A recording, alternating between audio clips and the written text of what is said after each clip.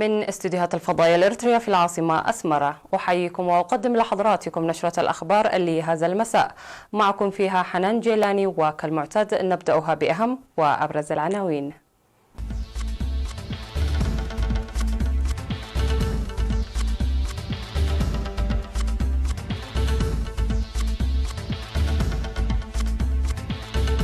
رئيس وزراء إثيوبيا يزور إريتريا. بدء الدراسات العليا في كلية أوروتا للطب والعلوم الصحية. اجتماع لبحث التحصيل الضريبي للماشية والزراعة في إقليم القاش بركة. مقتل 19 جنديا في هجوم على معسكر في وسط مالي. عاصفة عاتية تضرب جنوب شرق البرازيل. وسقوط قتلى في انفجار صهريج للوقود بالبيرو. مرحبا بكم إلى تفاصيل النشرة. وصل أسمرة في الساعة 6 مساء اليوم رئيس وزراء إثيوبيا الدكتور أبي أحمد في زيارة عمل للبلاد، وكان في استقباله لدى وصوله مطار أسمرة الدولي الرئيس إسياس أفورقي بمراسم الشرف. ويبحث رئيس وزراء إثيوبيا الدكتور أبي أحمد خلال الزيارة تطوير العلاقات الثنائية والشراكة مع الرئيس إسياس أفورقي. كما سيعقد الرئيس إسياس أفورقي ورئيس وزراء إثيوبيا الدكتور أبي أحمد ورئيس جمهورية الصومال الاتحادية محمد عبد الله محمد لقاء ثلاثيا يوم غد 27 من يناير بأسمرة لتطوير العلاقات والتعاون والقضايا ذات الاهتمام المشترك. يرافق رئيس وزراء إثيوبيا الدكتور أبي أحمد في الزيارة وزير الدفاع الإثيوبي السيد لما مجرسة. حضر مراسم الاستقبال وزير الشؤون الخارجية السيد عثمان صالح ومستشار الرئيس السيد يماني جبراب. يذكر أن الرئيس إسياس أفورقي قد زار إثيوبيا من 25 وحتى 27 من ديسمبر 2019.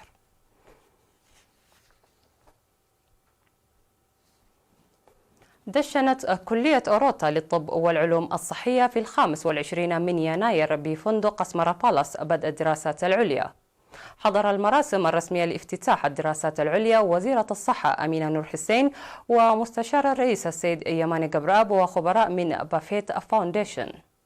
وضح المدير التنفيذي لمعهد مؤسسات التعليم العالي والبحوث الدكتور هيلة محطون في الكلمة التي ألقاها أن جهود قوية بذلت السنة الماضية لبدء كلية أوروتا للطب والعلوم الصحية الدراسات العليا، ومن المفرح جعل البرنامج واقعا بعد التأخير لمختلف الأسباب.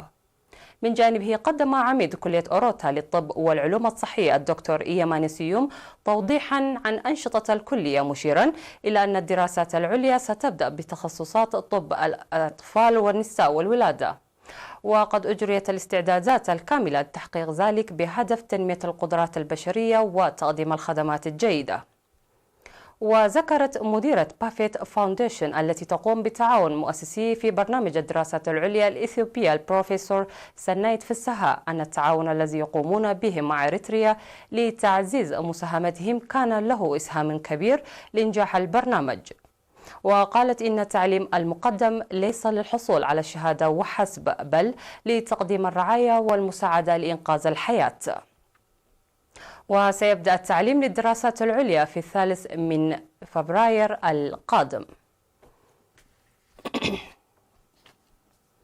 عقد اجتماع في مدينة بارونتو لبحث الدفع بالتحصيل الضريبي للماشية والزراعة الريفية في إقليم القاش بركة. وأوضح المدير العام لقسم الضرائب الداخلية في وزارة المالية السيد يوهانس إسحاق في الاجتماع الذي حضره مسؤولو أقسام إدارة الأقاليم ومدراء المديريات والمسؤولون المعنيون أن دفع الضريبة في أوانها من واجب وحق المواطن، داعيا الجهة المعنية تفعيل الأنشطة لجمع ضريبة الماشية والزراعة الريفية. وحول عمل أهداف اللجان المشكلة على مستوى الضواحي والقرى بإشراف إدارة الإقليم لجمع ضريبة الماشية والزراعة الريفية، قال إن الضريبة من المصادر الأساسية للإيرادات الحكومية، وتسخرها الحكومة لإرسال الخدمات المطلوبة للشعب. وذكر أن إقليم القشبركة يأتي في المرتبة الأولى من بقية الأقاليم في كثرة الماشية والزراعة الريفية، لكنه يأتي في المرتبة الأخيرة في التحصيل الضريبي، داعيا جميع الجهات الناشطة في إدارة الشعب تفعيل هذا النشاط على أساس المرسوم رقم 178/2016 والإعلان القانوني رقم 125/2016 بشأن ضريبة الماشية والزراعة الريفية. ويعمل قسم الضريبة الداخلية بالتفاهم مع الجهات المختصة لإصلاح الوضع. وأفاد المشاركون بأن المشكلة ليس في الشعب بل نتيجة ضعف العمل، موصين الإدارات ومكتب الضريبة الداخلية تحسين العمل وتقديم لوائح الضريبة الداخلية بكافة اللغات وإعادة النظر للتعرفة الضريبية العالية تحسبا وتقديم مصروفات جامعي الضرائب في أوانه.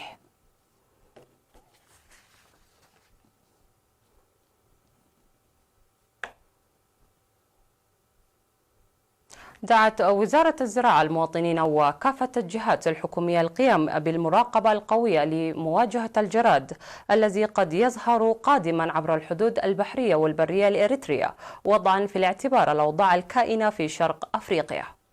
وناشدت وزارة الزراعة في الرسالة التي بعثتها لوكالة إيرينا للأنباء يوم 24 من يناير تقديم المعلومات العاجلة لمكاتب الإدارات ووزارة الزراعة إذا شوهد الجراد. تجدر الإشارة إلى أن إسراب الجراد الصحراوي ينتشر فوق توقعات في شرق أفريقيا وتحدث أضرار جسيمة بالمزارع.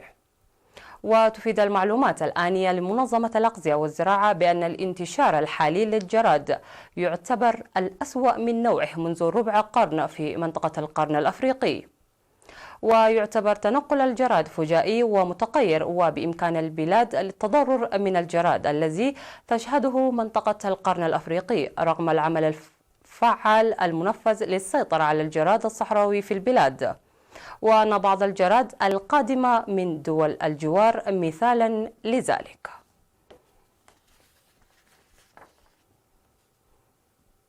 عثر على حوت نافق جرفه البحر اليوم 26 من يناير في منطقة سالينا بمدينة عصب، يبلغ طوله 13.5 متر، ويعتبر الأكبر من نوعه من الحيتان النافقة التي جرفها البحر من قبل على سواحل إقليم جنوب البحر الأحمر من حيث الطول والحجم.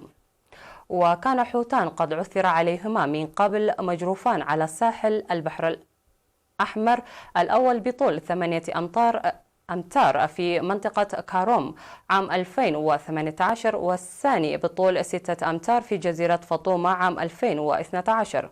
ويشير الخبراء إلى مثل هذه الظاهرة للأسماك الكبيرة تحدث مع المد البحري والاصطدام بالسفن.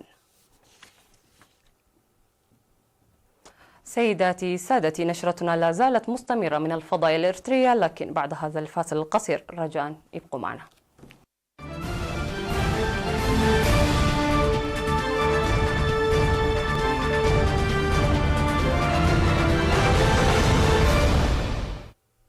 مرحبا بكم. قال متحدث باسم الجيش ومسؤول محلي في مالي لرويترز إن 19 جنديا قتلوا وأصيب 5 آخرون في هجوم على معسكر للجيش في وسط البلاد. وقال بالكوبا وهو نائب المسؤول المحلي في مدينة نينو القريبة إن المهاجمين دخلوا المعسكر القريب من قرية سوكولو وفتحوا النار ودمروا بعض الإنشاءات وقادروا سريعا. وقال المتحدث العسكري ديران كوني إن المعسكر أصبح فيما بعد تحت السيطرة وإن تعزيزات وصلت للموقع بينما يجري البحث عن المهاجمين. وقال حساب الجيش الرسمي على تويتر إن طائرة تم إرسالها لمراقبة الموقف. وتنشط جماعات إسلامية على صلة بتنظيمي القاعدة والدولة الإسلامية في وسط وشمال البلاد، واستخدمت من قبل تلك المنطقة كقاعدة انطلاق لهجمات على جنود ومدنيين في بوركينا فاسو والنيجر المجاورتين ومناطق أخرى. وأصيب 20 شخصا هذا الشهر في شمال البلاد، من بينهم 18 من قوات حفظ السلام التابعة للأمم المتحدة من تشاد في هجوم صاروخي على قاعدة عسكرية تضم قوات من الأمم المتحدة إضافة لقوات من فرنسا ومالي. أعلن جهاز الدفاع المدني البرازيلي أن حصيلة العاصفة العاتية التي ضربت ولاية ميناس جيريس في جنوب شرق البرازيل بلغت 30 قتيلا على الأقل. وجاء إعلان الحصيلة الجديدة بعدما كان الجهاز أعلن ارتفاع حصيلة الضحايا إلى 11، وإضافة إلى الضحايا هناك 7 مصابين و17 مفقودا. ونزح أكثر من 3500 شخص جراء انزلاقات التربة وانهيار المنازل وفق ما أعلن مسؤولون في الدفاع المدني. وبثت محطات تلفزة محلية مشاهد انزلاقات أرضية ومنازل قمرتها سيول وأشجار وأعمدة كهرباء اقتلعتها وحول جارفة. كذلك أدت العاصفة إلى أضرار في ولايتي أليريو وإستيرو سانتو المجاورتين. وأعلن المعهد الوطني للأرصاد الجوية تسجيل أكبر نسبة متساقطات خلال 24 ساعة منذ 110 عوام، إذ سجل التساقط 171.8 ملم من الأمطار في بيلو هوريزونتي، وهي كمية قياسية.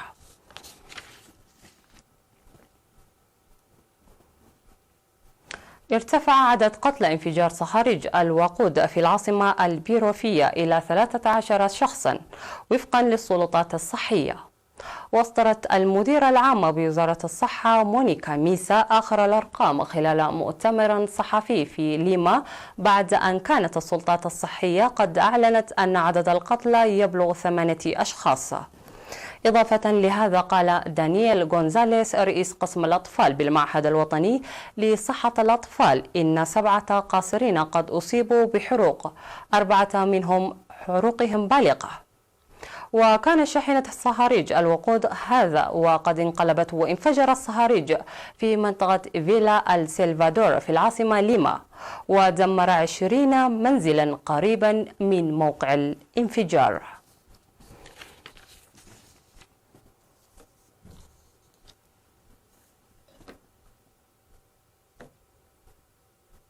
الخبر الأخير في هذه النشرة: أكملت شركة بوينغ بنجاح أول رحلة لأكبر طائرة ركاب في العالم ذات محركين من طراز S-777.